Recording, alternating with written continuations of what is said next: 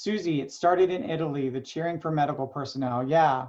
And so then it caught on here in New York, and I'm sure other places, but I heard about it happening in New York before it was happening in my neighborhood. And it's just kind of like keeps building and growing and growing. And so I'm hoping most of Manhattan is starting to do it. And I know they're doing it in Queens, especially, that has been hit very hard with this. So I'm just going to take a breath into this. And if you want to join me,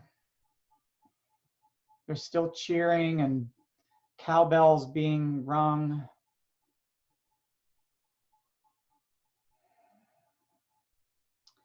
We just breathe into this place of coming together virtually.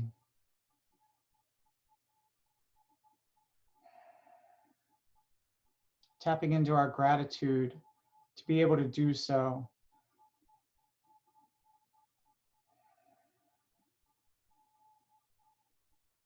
Time of sharing, and hopefully a time of inspiration.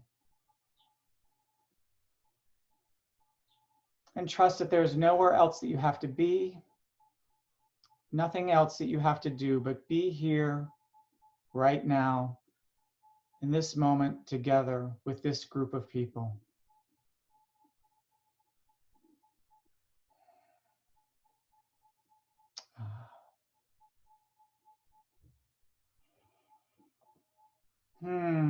So as has become custom with these gatherings, I just want to take a moment. If you're not already in gallery view, go to the upper right corner of your video screen. If it says speaker view, that means you're in gallery view. If you see kind of a bunch of squares of little heads. And just take a moment to, if you scroll through, I've got 3 screens of people that I can scroll through, and I just want to look at all your faces. Thank you all for being here for the gathering. It's very oh, honey. Seeing dear classmates that I haven't seen in such a very, very long time. This is really, really quite special. What a blessing. What a blessing. So yeah, if you look in the chat, Joshua Ellis shared that as of last week, they added Frank Sinatra singing New York, New York every night at 7. That's quite something. So welcome. We're here to find community, to hear reflections and prayer and some poetry, things that are truly essential in times of struggle and challenge. This evening, we hope to offer you something else that we feel is essential and vital: laughter and humor. A priest, a minister, and a rabbit walk into a bar. The rabbit says, "I think I might be a typo." I hope my enunciation was good and you got that. So this evening was actually inspired by Reverend Diane, is so often the case in my life. And at a recent meeting, we were asked what we most appreciated or what grounds us and what we want to affirm right now in this time. And she said laughter, which in turn reminded me of our very first evening of the gathering on March 12th, when Diane asked all of us to focus on one quality or energy that we sensed the world was very much in need of right now. And I said, fun. So I felt like, you know what? The time we need, right now we need some laughter and humor and fun. And in putting this together, I've seen countless articles about humor in a time of pandemic. You can read a litany of essays about why humans resort to humor in times of struggle and hardship, of how it empowers us when we feel powerless, and of how we use it as a coping strategy by lessening tensions. After all, laughter is the best medicine. Tom McTagg In an article called Yes, Make Coronavirus Jokes, shared, we laugh, then we take back control and to connect. Two things we have lost in our fight against the coronavirus. Not only are we unable to stop the tidal wave of infection washing over us, but we are being forced to endure this reality alone in our home. Powerless and isolated, we're finding that the joke is now our most reliable shield and our warmest comfort blanket. But the coronavirus-related humor can also be polarizing right now. While some may laugh hysterically at some memes posted on social media, others may feel it's inappropriate or ill-timed. The whole situation of our isolation and how we are trying to stay connected through social media can be and is extremely disconcerting. Literally, as I was writing this up last night, a friend texted in a group chat that he was scrolling along in his Facebook feed, and all of a sudden he came across a live stream that turned out to be a funeral. So there's one moment you're laughing at a joke about toilet paper, and the next you're watching a heartbroken family and friends saying goodbye to a loved one. How do we deal with that? Humor is the prelude to faith and laughter the beginning of prayer. That was said by Reinhold Niebuhr in Praying with Body and Soul. One of my most favorite scenes ever in a movie is the graveyard scene in Steel Magnolias, when Sally Field is raging over the loss of her daughter, pouring out her pain and grief, and everyone watching, including the audience, is sobbing deeply, or at least I always do every time I see it, even though I know what's coming. You are just so caught up in her grief and her loss, empathizing with her. And if you're like me, you have the thought, at least the first time when I watch it, my God, how much longer can this go on? And just then, Olympia Dukakis's character does something so outrageous and off guard that it completely disarms everyone, and you find yourself laughing through your tears. To me, that scene is the beginning of a prayer that those suffering will eventually find joy and humor in their lives again at some point, that it won't always be dark, that a lightness will return, if only in small, occasional bursts. We were to discover again and again that some of the greatest joy, humor, and comedy have sprung from people in times of great pain and sorrow. That was written by Cal Samra, who's the editor of a newsletter called The Joyful Noiseletter. It's a Christian newsletter specifically created to share humor to churches and congregations. A congregation. We are reaching out, establishing a shared experience, because we've been banned from congregating in person, so we congregate online. We are tonight a congregation.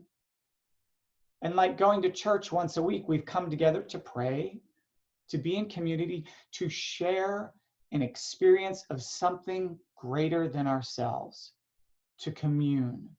And I actually looked up the definition of commune. It's to receive communion, to communicate intimately.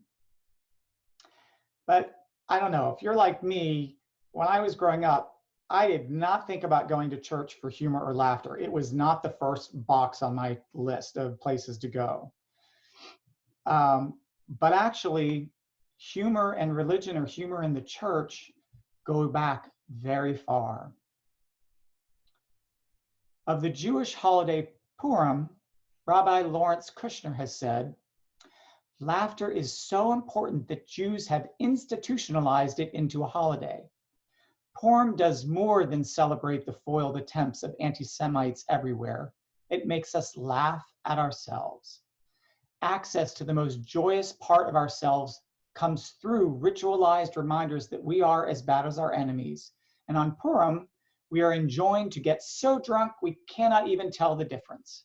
Indeed, only our ability to laugh at ourselves keeps us sane and from becoming like them.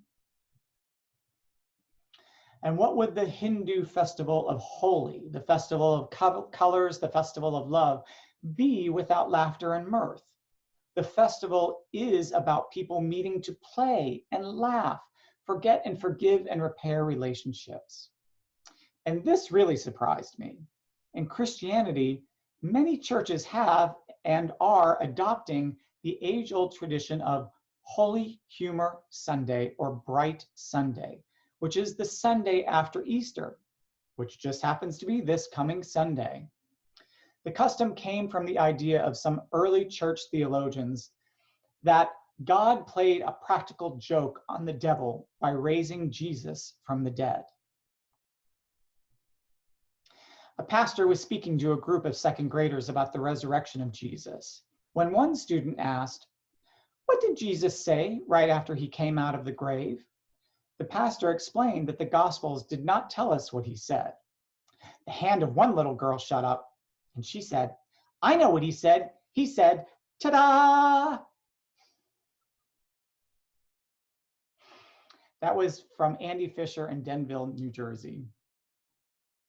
So communion this evening will be humor, not about the coronavirus, but what might be called holy humor. Humor to connect us through the lens of religion. Michael Gellert in The Way of the Small has said, the ability to see humor in things puts them into perspective, keeping them small when necessary and keeping us small when we take ourselves too seriously. Deep breath. So with that, let us hear from a Sufi poet, those mystics of Islam who consider humor and laughter essential to their experience of God. And Rev Chad is going to share with us. This poem is entitled Laughter, from the book I Heard God Laughing, Renderings of Hafiz by Daniel Ladinsky. What is laughter? What is laughter? It is God waking up. Oh, it is God waking up. It is the sun poking its sweet head out from behind a cloud that you have been carrying too long, veiling your eyes and heart. It is light breaking ground for a great structure that is your real body, called truth. It is happiness applauding itself and then taking flight to embrace everyone and everything in this world.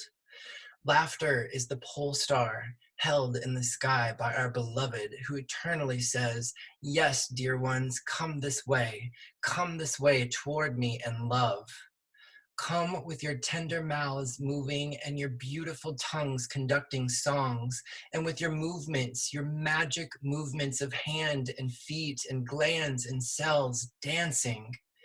Know that to God's eye, all movement is a wondrous language, and music, exquisite, wild music. Oh, what is laughter, Hafiz? What is this precious love and laughter budding in our hearts? It is the glorious sound of a soul waking up.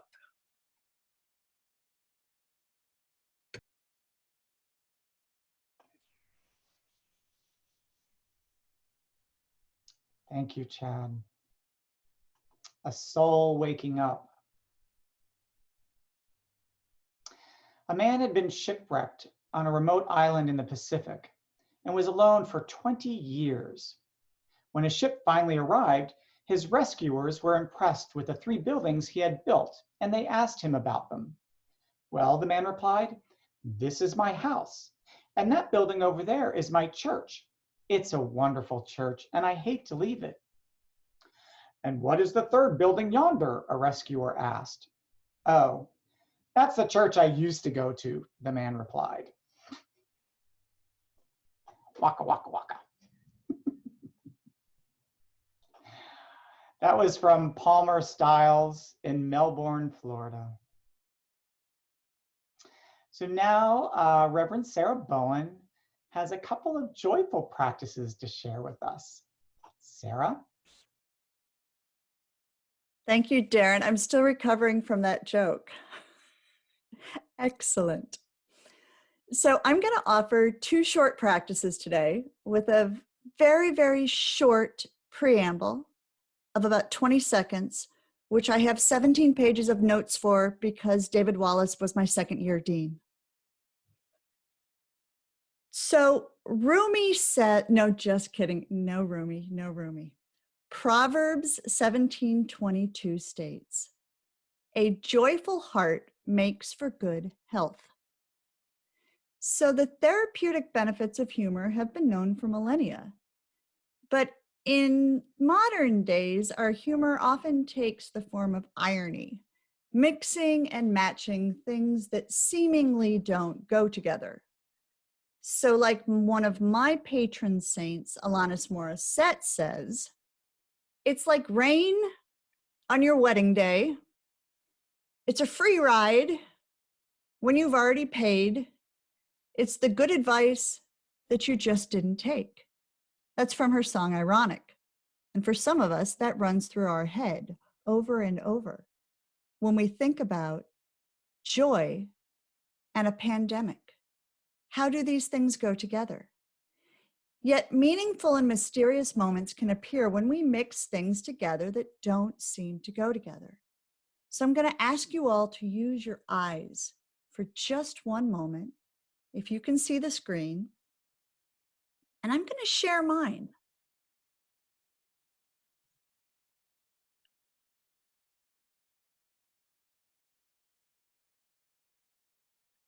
All right, you guys ready to see some things that don't quite go together, but are mysterious, love-filled, fuzzy, and sweet? Anybody in?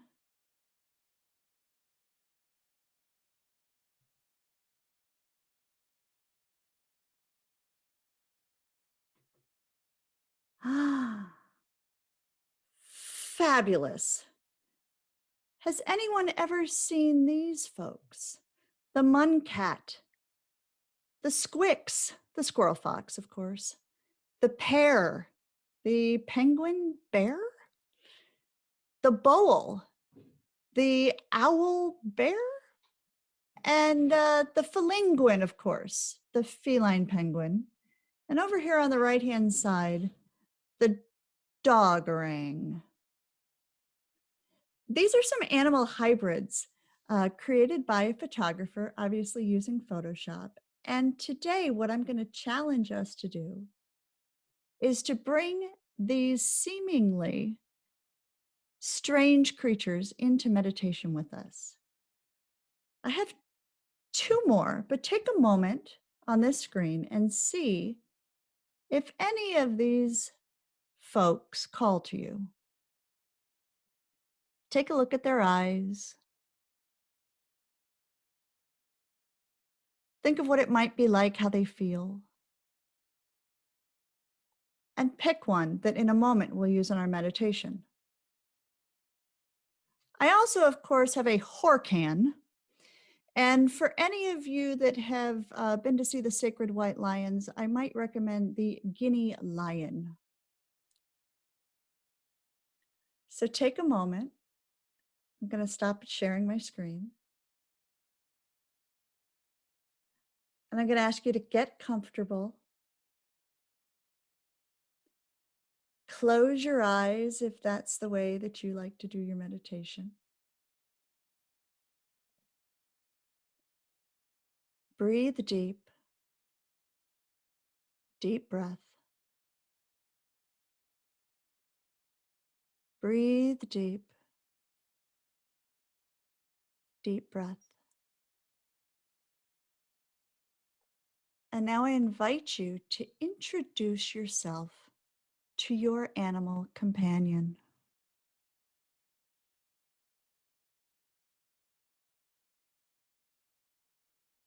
Take a moment to look in their eyes.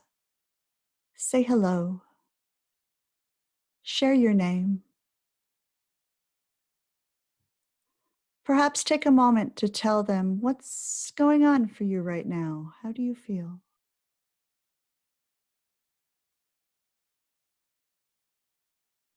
The loquacious ones might offer you their name as well, or some funny little move.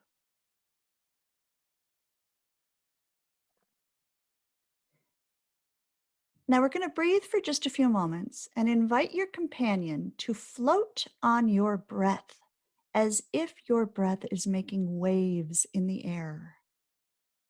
As you breathe in, they come towards you. As you breathe out, they bob away. Some of them might giggle or slip. Some of them may be coordinated, others not so much. But let's sit here for a moment, breathing in and out with your new companion.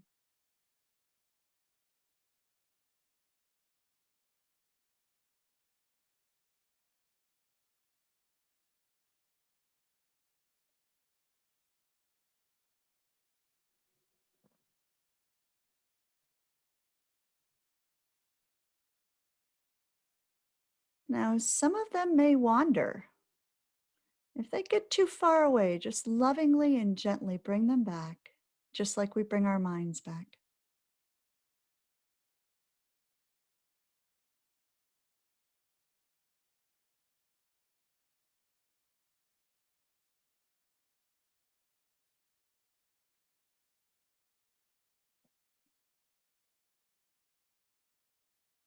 And now take a deep breath in to suck them right back to where we are. And ask your companion to sit next to you, or hover if they have wings, or perhaps lie down if they're not used to standing.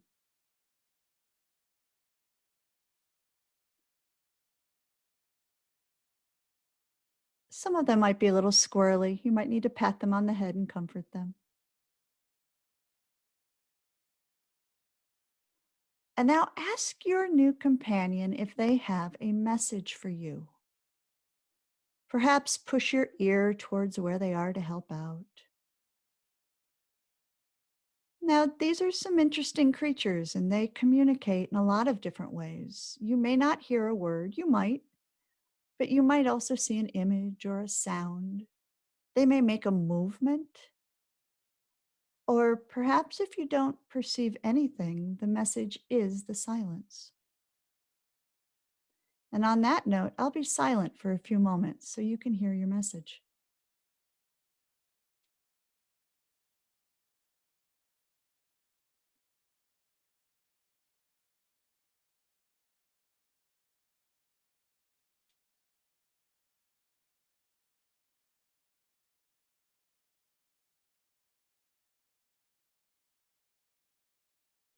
If you picked a loquacious one that likes to go on and on and on, pause them for a moment. You can pick them up later tonight. And as we prepare to transition from this space back into the room together with all the two-leggeds, all the five-fingered, you may want to add a pet or a stroke, a handshake, a hug, something like that. There's no 6-foot separation in our meditation space tonight. You might want to ask your companion first, especially if they've got big teeth. Open up your heart. Feel the love that you have, or the curiosity that you have, or frankly, just the questions you might have about this relationship with this new mystical, mythical being. Take one more breath.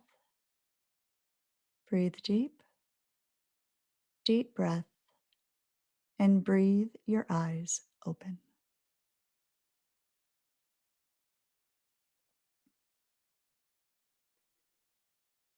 And so now for our second practice, I ask you to put your hands somewhere here on your heart. Get in touch with our body again. And we're going to extend our happiness, our joyfulness, our love, our compassion, our whatever we happen to be feeling right now, outward. Now, here's where things get crazy. And those of you who know I love Star Wars, you know where we might be headed right here. Here at One Spirit, we are no strangers to offering gooey love eyes at each other, making our finger hearts, or the One Spirit signature hand rubbing that we're all quite good at. But we're going to mix it up here with a practice which I adapted from Cheng Meng Tan. He used to be Google's official Jolly Good Fellow. Seriously, that was his title, Jolly Good Fellow, before he retired. And he has a practice called the Happiness Ray Gun. Now, this is not a gun for hurting people, but this is a gun for spreading joy. So I ask you right now to take a look at the screen. If you're not in gallery view, press the button on the upper right-hand corner so you can see more than yourself or more than me. So you can see some of the other folks, perhaps Jamie's cat. Take a look at that screen. Look at two people and think to yourself for the first person, I wish for this person to be happy. And now think for the second person, I wish for that person to be happy. And now, picture your head is transformed into a giant happiness ray gun.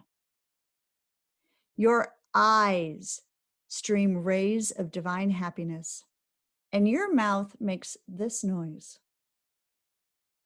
Pew, pew, pew, pew, pew. Now, this is where being on Zoom on mute is really helpful these days. I want you to look at some of the people on the screen, flip through your eyes, divine love, divine happiness, divine joy, and go for it. Pew, pew, pew, pew, pew, pew, pew. You know, if you take a traditional church and you turn it sideways, it looks just like a spaceship. Pew, pew, pew, pew. We often think that our love has to be soft and our love has to be serene. And sometimes our love can also be fun and silly and strange and science fiction based. And so as we go on with the rest of our night tonight, I want you to consider taking this practice, how weird it might have felt, and take it this week into those endless Zoom calls that we are all on every day now. You know, somebody who might be having a hard time in one of those meetings, shoot some love out of your eyes at them and think in the back of your head, pew, pew, pew. Just make sure you're on mute. And until we see each other again, may the source be with you. Over to you, Nic. Actually, over to me. Oh, 1 sec. over to you, Darren. No worries. I have no problem being unmuted and saying pew, pew, pew. I love that. But I actually have a different way of doing it. I have a magic wand and I pointed it to people and I say, poof, you're a drag queen. Poof, you're a drag queen. Poof, you're a drag queen. Oops, that one backfired. Damn. All right, well, now that I am a drag queen, I have a little joke for you. So, and because I look like a Southern drag queen, I'm gonna take on a Southern accent. So a woman invited some people to dinner. At the table, she turned to her 6-year-old daughter and said, would you like to say the blessing? I wouldn't know what to say, the little girl replied. Just say what you hear mommy say, the mother said. The little girl bowed her head and said, dear Lord, why on earth did I invite all these people to dinner? That's from Charles Lane in Franklin, Tennessee. Now let me get rid of this wig. Okay, there, back. So now we do have, I'm going to introduce somebody who taught me the phrase spark joy. Reverend Nic Bullitt, take it away. Hi, everyone. It is so great to be in community with all of you today, to be in this experience of laughter and sacred humor. So I'm going to be reading 2 short readings, and then I'm going to lead you all through a laughter boost. Okay, so I'm going to start with the first reading, and it's by poet John O'Donohue. It's called A Blessing for Equilibrium. Like the joy of the sea coming home to shore, may the music of laughter break through your soul. As the wind wants to make everything dance, may your gravity be lightened by grace. Like the freedom of the monastery bell, may clarity of mind make your eyes smile. As water takes whatever shape it is in, so free may you be about who you become. As silence smiles on the other side of what is said, may a sense of irony give you perspective. As time remains free of all that it frames, may fear or worry never put you in chains. May your prayer of listening deep enough to hear in the distance the laughter of God.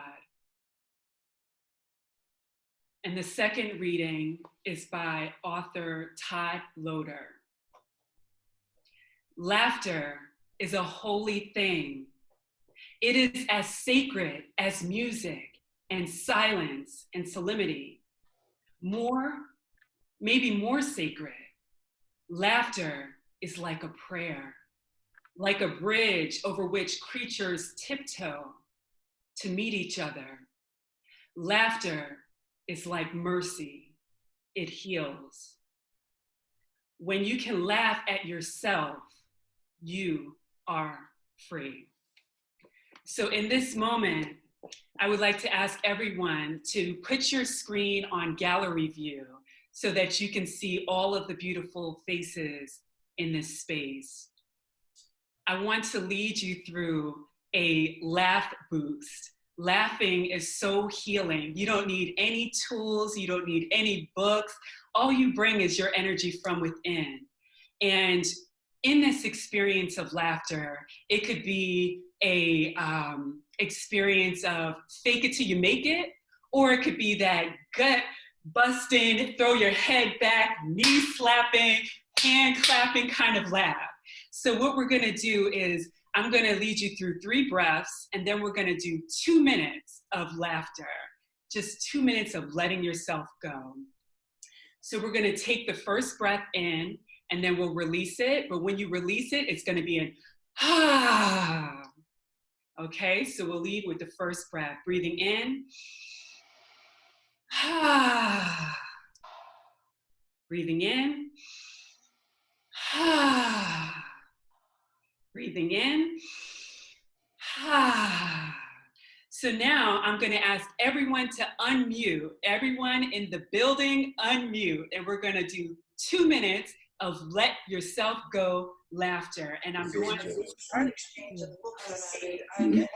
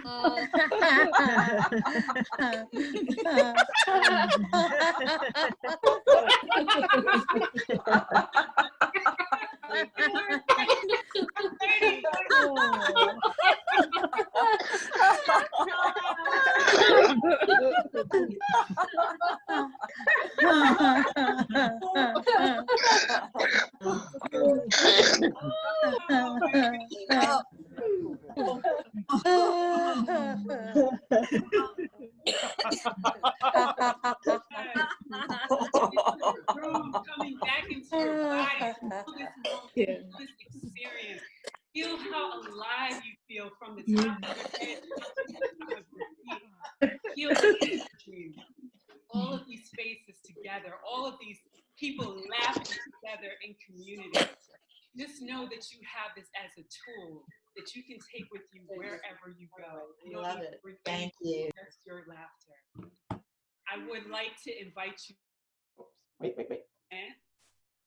Move your screen over to the speaker mode, and I'm going to bring it over to Reverend Chad. Thank you all so much.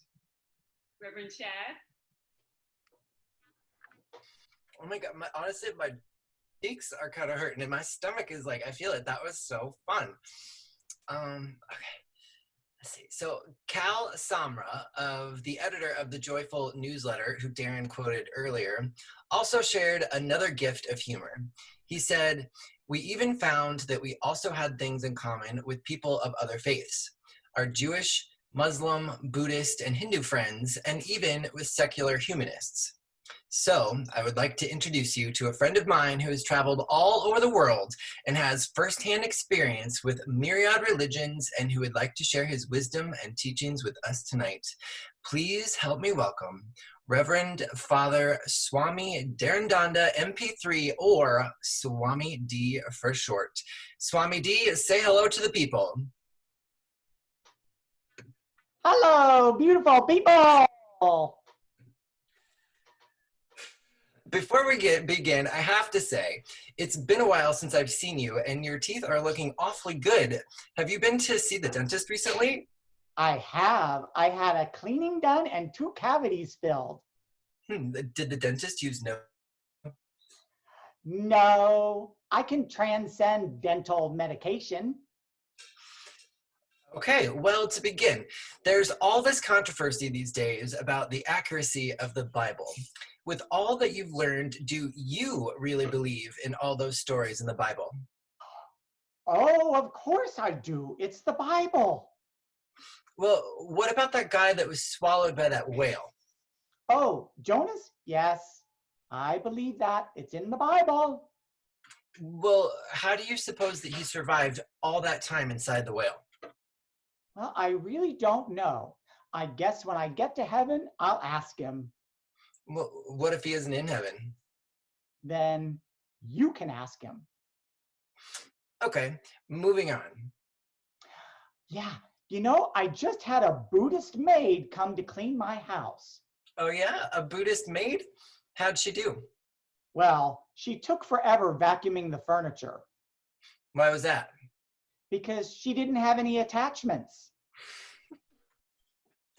Do you have any stories about your visits to some of the great Catholic cathedrals?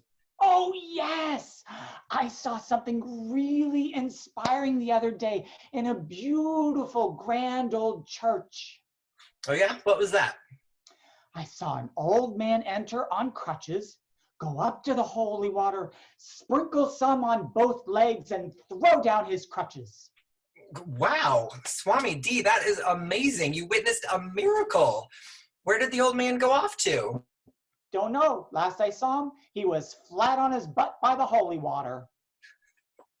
That sounds like my life these days. Lately, I just can't seem to make anything work. Just yesterday, I broke the toaster while making some toast for breakfast. Shit happens. Swami, how can you swear like that? I thought you were more reverent. Well, all of the religions actually have a version of shit happens. Oh, yeah? Well, how about Islam? Shit happens if it is the will of Allah. Oh, Well, maybe some of the people who are in here tonight might want to shout out a particular religion or tradition. Okay, why don't you post a little list in the chat of some little religions, and we'll see if we can test you. you know what? I forgot my list, so maybe they type some in there. Great. Anybody? Jainism.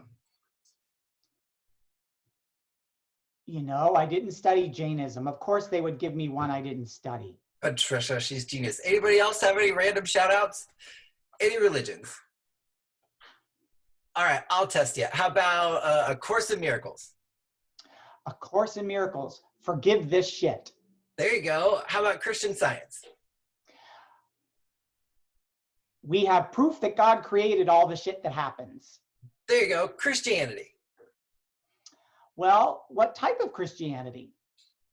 Any type. How about Catholicism? There you go. It's because you deserve it. Yes. Let's see. How about Hinduism? We've seen this shit happen before. Yes, we have. Well, geez, Swami D, you do know a lot about different religions, don't you? How about transcendental meditation?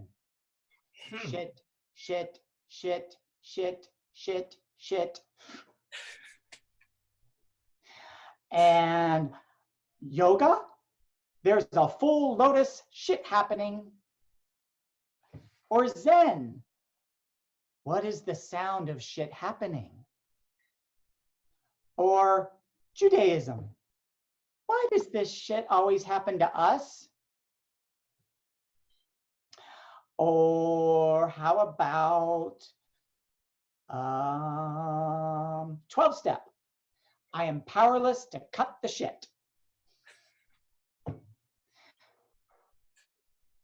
Astrology. Uranus transits. Atheism. I don't believe this shit. Agnosticism. What is this shit? Hare Krishna. Shit happens, Rama Rama ding dong.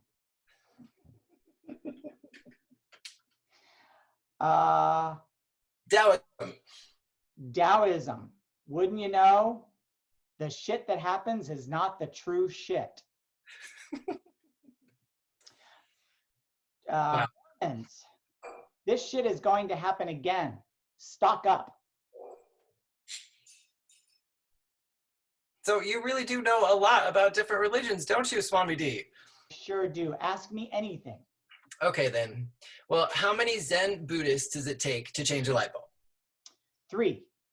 1 to change the light bulb. 1 to not change the light bulb. And 1 to neither change nor not change the light bulb. How many witches does it take to change a light bulb? Into what? I've got one for you now, Chad.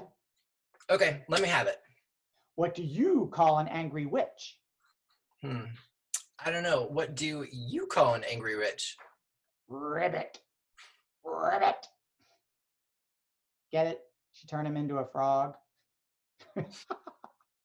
So, Chad, even with all my years of studying the different religions, there's a question I have about Judaism. Well, I've studied Judaism a bit. Maybe I can help. Well, according to the Bible, the children of Israel crossed the Red Sea, right? Right. And the children of Israel built the temple, right? Right. And the children of Israel fought the Egyptians, and the children of Israel fought the Romans, and the children of Israel were always doing something important, right? All of that is right. So what is your question? What were the adults of Israel doing? Oh, that reminds me. Have you heard the new Jews for Jesus prayer? No, I haven't. What is it? Oy vey Maria. Tell us about someone you've met. In all of your travels, have you ever met a real holy man? Oh, yes, I have several. Okay, well, would you tell us about one? Hmm. Well, there was a wandering monk in India that I met once. He walked barefoot everywhere he went, to the point that his soles of his feet were quite thick and leathery. And because he ate very little, he was very frail. And he often failed to brush his teeth, so he usually had bad breath. Gee, he doesn't sound very holy to me. Oh, but he was quite revered in the area. He had a very special name. Yeah? And what was that? Super calloused, fragile mystic plagued with halitosis. I see going heads. I see other people know him. It's hilarious. All right, in closing, do you have any words of advice for our friends that are here with us tonight? Sure do. Well, lay your wisdom on us, little man. Coincidence is when God chooses to remain anonymous. Let the Lord walk beside you with his arm around your shoulder and his hand over your mouth. Blessed are they who can laugh at themselves, for they shall never cease to be amused. Oh, Swami D, such wise words. Well, thank you for being here tonight. And ladies and gentlemen, thank you for being with us.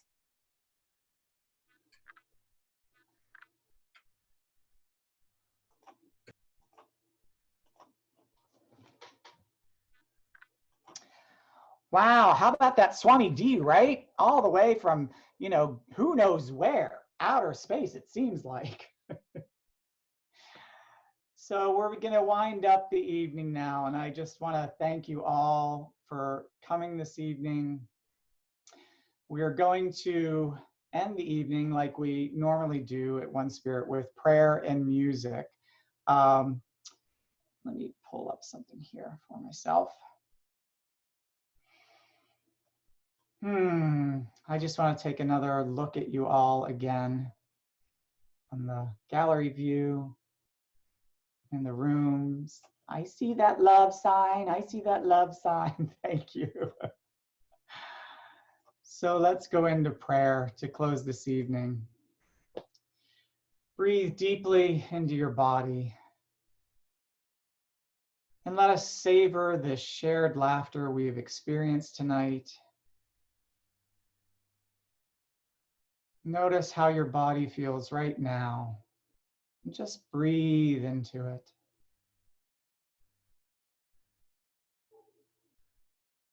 Find that place in you where your gratitude lives and breathe into that place of gratitude.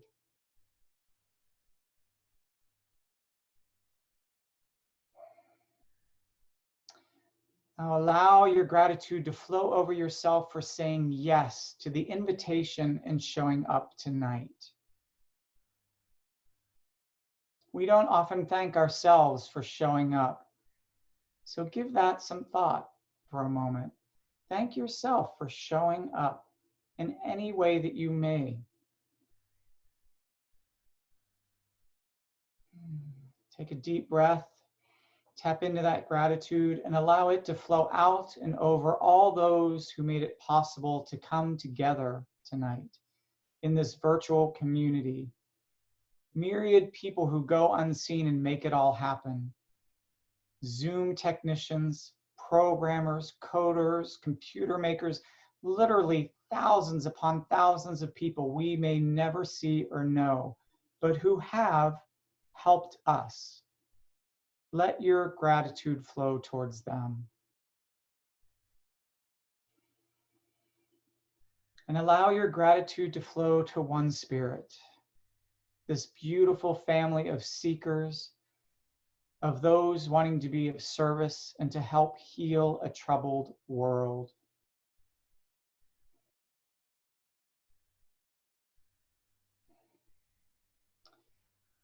As we did when we opened this evening, think of all the myriad people who are actually supporting you right now, knowingly or unknowingly, allowing us to keep safe and well, the essential workers, utility people, garbage collectors, all the other services we so take for granted that we now see them for what they are: essential, necessary. Send them your gratitude. Send them your loving energy, heart energy, and your blessings that they stay safe and well themselves.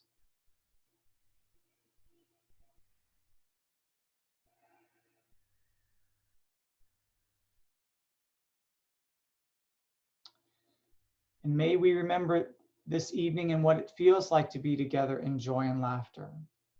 May we find ways to bring this to others who may not have such opportunities. May we continue to see the humor and good in our lives while we find ourselves in uncharted territory. May we be free in our laughter, sharing our joy and a smile when we can. We just saw how contagious laughter is through Reverend Nic's practice. So let that be what spreads around the world. Let laughter spread around the world. And if because of our masks that we have to wear, our smiles can't be seen, may it radiate from our eyes, as Reverend Sarah instructed us. Let our eyes acknowledge those around us and offer our verbal thanks if we can, and appreciation whenever possible. And let us not forget all those who are experiencing pain, sickness, and loss. Hold them in your loving heart energy. May we hold the light for them when they think it is lost. May a smile or a little bit of joy be the beginning of a prayer for them.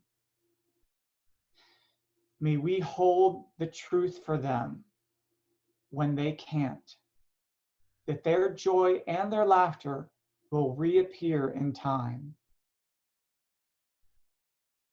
So take a moment to please type the names of those needing us to hold them in love and healing now in the chat area.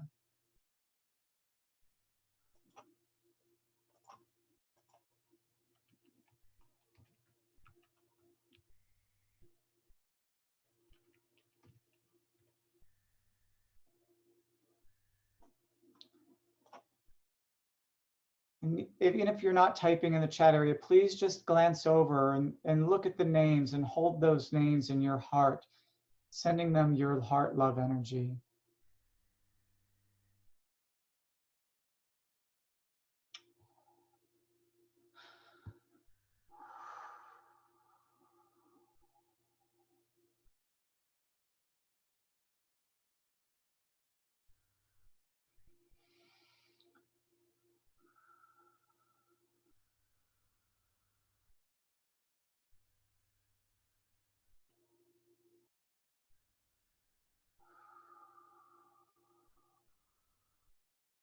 So many in need.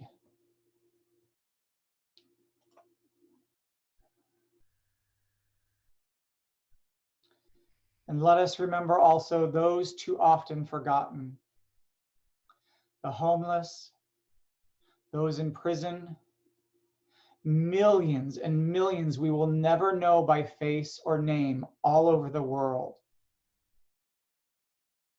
Let us send loving energy to all those we will never see or meet, but who are a part of the human family.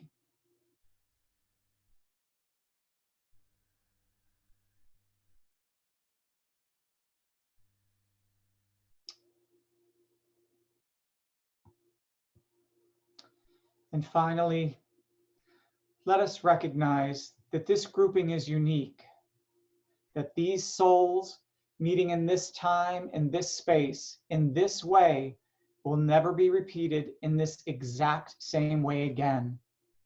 Let us recognize how utterly precious and miraculous we all are, that all of life is. May we realize how many events and choices had to occur since the birth of the universe.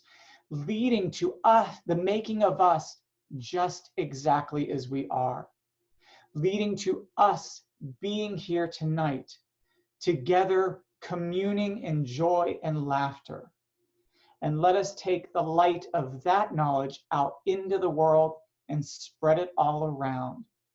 Let your little light shine. And so it is. Amen.